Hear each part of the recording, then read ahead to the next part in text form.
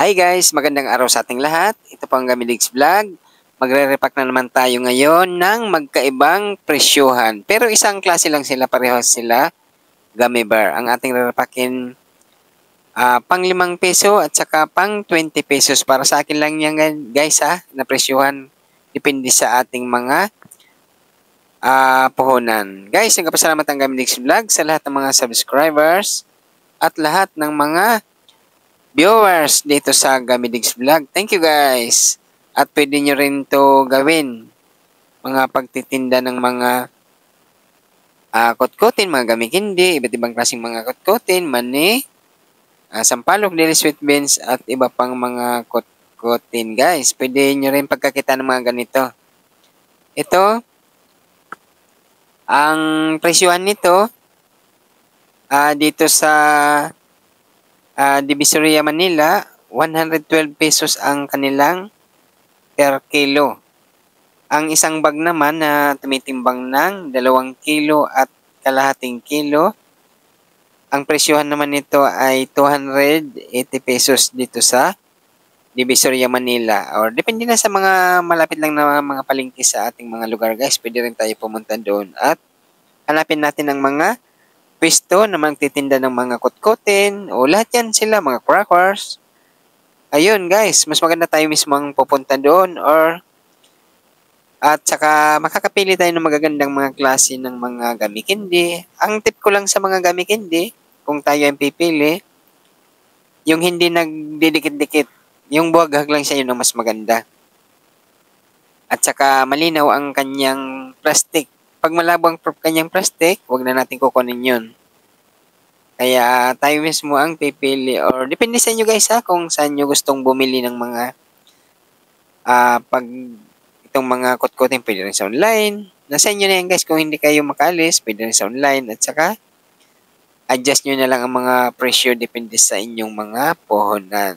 O ganyan lang ang pagre-repack nitong itong ginagamit kong plastic dito para sa 5 peso 3x4 at saka 9 pieces na gummy bear ang nilalagay ko. At saka dito naman sa pang 20 pesos 5x7 na plastic. Ang nilalagay ko naman ay 40 pieces na gummy bear. At saka nasa sa inyo na yan guys kung ilang piraso ang inyong gusto. At saka depende sa laki ng mga gummy na ating re-repackin.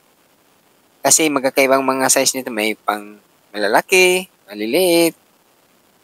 Sa inyo na yan. Guys, pag malalaki naman na mga gamikindi, ang nilalagay ko may 5 peraso lang para sa 5 peso. O, depende na sa laki ng inyong mabibili.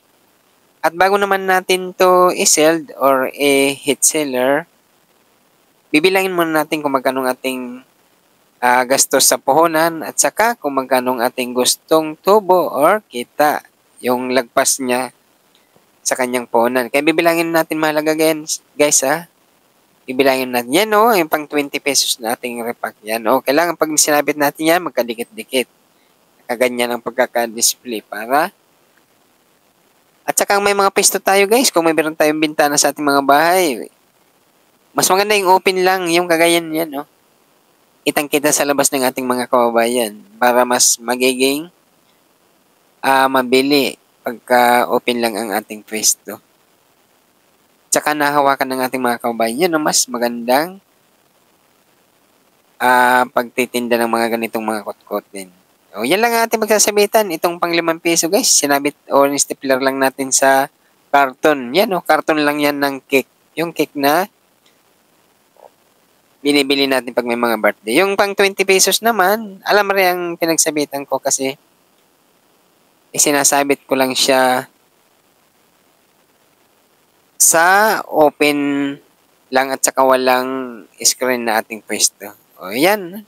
Yung una kong sinasabit muna, yung pang 5 peso.